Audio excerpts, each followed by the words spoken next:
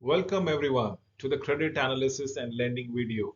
Please note that we will be talking about how to analyze the worthiness of a loan seeker and thereby go ahead with approving or disbursing the loan amount. So when financial institutions makes loan, returns generated means return accepting certain default risks, certain built-in risk. What is the default risk if the loan is not been repaid fully? So you stand to lose your capital, right?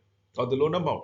It is imperative that the default risk is managed so that the solvency of the bank is never ever threatened. Should the problem of loan be foreclosed or should it be actively be managed? This is again a question because if it is foreclosed, you start to lose a far greater income that could have been accrued through interest. Or should it be actively managed to ensure that yes, we are going for a optimizations of our loan amount and probably we are going to get more of an interest per se. So that is the question that we need to answer it. Causes of default. Default does not, I repeat, does not necessarily mean that all loan extent is lost.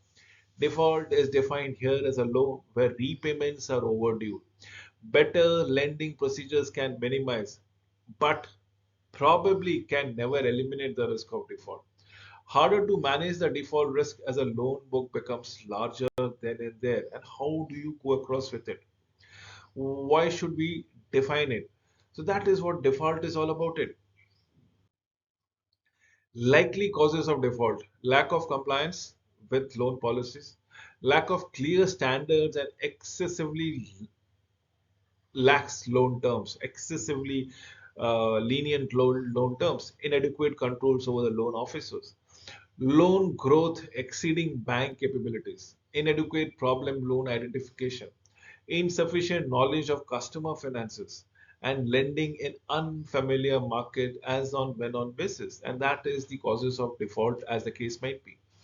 So yes, this is what we are dealing with, and this is how we are going to go around with it. Extents of the problem loans. All bank experiences bad debts. All bank experiences bad debts, but management of them becomes much more critical. So banks should consider the timing of the loan. In an economic cycle, if the economic is in recession, do you want to give a loan? Probably you don't stand to gain much in a loan altogether. In all probabilities, the loan will become a bad debt. Larger exposure to an individual borrowers. If you think that individual borrower has taken a lot many multiple number of loans, will he be able to service all his loan amount? Again, no. Larger exposure to a single sector. Probably, oh, this is akin to the proverb as putting all your eggs into one hat. If the sector crumbles down, you are gone for a toss. Close monitoring of exposure during unfavorable economic period is what banks should be considering it all about it. The business cycle. The business cycle characterized by three phases. One, two, and three. The first is recovery. The second is boom. The third is downturn. So recovery phase and the expansion phase, wherein the flourishing of economy is increased by spending and leading to a higher deposit, to a higher interest rate. Boom is where the major asset inflations with businesses overconfidences and declining credit standards.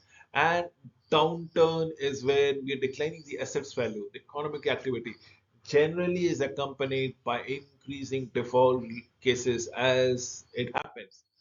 So problem loans, provisions and the regulatory issues. When borrowers misses payment, two question arises within the lending institution.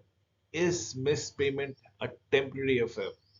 Or is missed payment likely to be an ongoing affair, perhaps leading to the permanence of the sin? You need to understand this. If borrower missed payment, two questions arises, and these two questions are very important. So, if payments are due for more than 90 days, approximately 3 months, loan is considered an impaired asset, as returns of loan may not be achieved. Similarly, values of impaired loan must be downgraded and duly published in the statement of financial position thereby. So we are talking about APRA, the American Prudent Regulation Authority, if I may say so. What are we looking at? It can be your Prudent Regulatory Authority or anybody's regulatory prudent authority, perhaps, when gets impaired, APRA will be enacted upon it. So when loans are impaired, institutions must create provisions for losses of loan. Provisions are classified again in three ways: specific provisions, general provisions, and bad debts to be written off completely. So we are looking at specific provisions. Probably, yes, this loan is impaired, but we have some amount of hope that this loan will be recovered eventually after a passage of time. Then there are general provisions as what needs to be done to ensure that the repayment has to be done. Probably there is some things that have been mortgaged. You need to take control over it, and bad debts probably you cannot do anything without about the loan. So specific issues. These are provisions set aside for specifically identifiable loans where the institution can assess the condition of the loan, the conditions of the borrowers, and the impact of the economic event per se. Not all loan must have provisions made as lenders may assess the likely loss of from the asset thereby. This is what we need to understand every now and then. The general provision, these are the provisions that made as a proportion to the entire loan portfolio. Suitable, remember, suitable for large loan portfolio of similar asset, example mortgages, where specific provisional is unsuitable. APRA is the American Prudential Regulatory Authority. Generally, minimum provision is 0.5% of the risk-weighted assets. Can adjust a general provisions level depending upon the economic activity or perhaps the risk level that one is undertaking.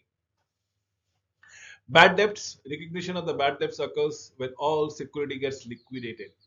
Guarantees has been enforced. Remedial functions, actions has been explored, and no remaining sources of cash can be called as on when-on basis. Once the above steps are completed, the financial institution must write off the bad debts with the assets value at zero and a charge being made against the profit then and there. So regulatory issuance, the APRA guidances which governs the bad debts. It might be certain sections that we are speaking around it, but just to give you an idea, Category One is registered first, and second mortgages with LVR, which is less than 80%, have no provisions altogether. This is what you need to understand.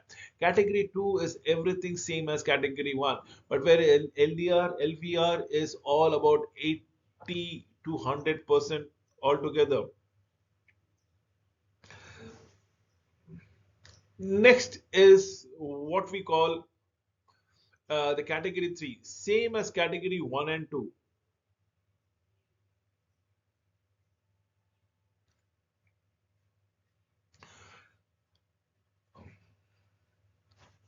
Same as 1 and 2, you need to have an LVR, loan to value ratio, is more than 100%, absolutely declining assets value.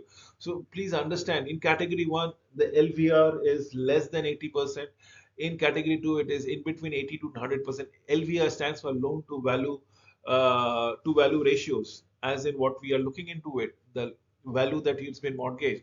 Category 4 covers overdrawn revolving all types of facilities where longer default periods produces higher provisioning requirements. The provisions made minimizes the efficient use of capital that could otherwise be used for lending purposes. Institution having the provision exceeding APRA, the American Prudential Regulatory Authority requirements to reflect the bank risk and profile. Higher provisions indicates higher amount of risk and more conservative management. Lower provisions indicate lower risk and more aggressive management, as the case might be. This is what we are looking forward to. Dynamic provisions is the risk profile of the loan portfolio is sensitive to the point in the economic cycle. The greatest default occur at the bottom of the economic cycle when it is at recession. Therefore, credit risk is not static but changes over a period of time. Bad debt should not come as a surprise, as modeling should detect changes. It should probably look at the default risk in the portfolio segment altogether. Dynamic positions, as far as the key principles are concerned, you need to classify loans in homogeneous groups, subclassify the groups based on the maturity length, determine probability of loss for each of the groups. determine likely severity of loss for each group thereby. Use the historical loan loss informations to create predictive model incorporating economic condition, interest rate, investment activity, and thereby apply the model outcome to the current provisions as on when on basis and how do we go across with it. If the loan is in a default, bank must act to minimize the losses arising from defaulting clients, may reschedule payments rather than liquidating the loans. Classify defaulting clients into three categories: the mild financial distress, the moderate financial distress, and the severe financial distress. Something on mild levels, moderate level, and severe levels of distress that goes around it. Remember, mild financial distress often occurs when the borrower faces a short-term cash flow issues. That means there is a late receipt. If the default is less than 90 days, remedies include changing the length of repayment schedules, assisting the firm if the cash flow shortages have risen from a period of rapid growth, encouraging firm to sell non-core assets, requesting and probably demanding equity capital injection thereby. What about the moderate financial distress? Here, you may occur if the cash flow problem coincides with the borrower's assets going down, the value of the assets going down. Courses of action determined by the nature of collateral. Example, foreclosure of mortgage or support manufacturing firm with unique or limited market risk. Lenders may consider valuations of alternative via NPV, the net present value, or probabilistic models of expected values of for different action that has been taken place. What about the severity when the financial distress is very severe, characterized by complete missed payments? Values of the borrower is much less than that of that loan amount. Lenders needs to be very carefully evaluate whether it is better to give liquidate the firm to recover greatest percentage of loan possible or restructure the debts inclusive of the other lenders to maintain operation, to allow firm to trade out of the current crisis or be sold as a going concern as the case might be.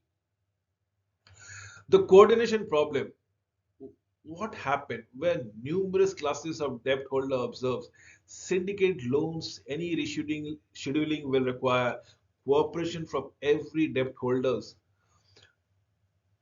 need to restructure debts to ensure all debt holders are treated equitably, or else rescheduling proposal will falter, will not be successful.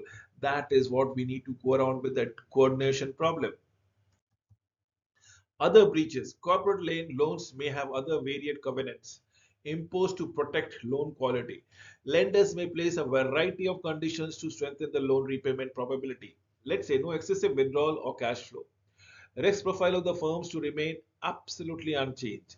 Specification of the various ratios including gearing, dividend payout, and interest coverage. Continued involvement of key staff. Application of the risk management strategies as on when on basis. Now these are things that needs to be stipulated, mentioned, regulated directly. Examples from the law, as in winding up a general performed by registered liquidators who sell assets for the benefits of the creditor. State Bank of Victoria relied on the collateral sophisticated rescue equipment stored in the barrels. Barrel empty and not worth $250,000 as noted, but only 1,592 each. Information supplied by Harris Scarf and HIH Insurance grossly were inaccurate, and a little collateral available when default actually occurred. This is what the glorifying example is all about it. So keep in mind when we are giving loans and how do we protect it. Thank you for watching this video till the end.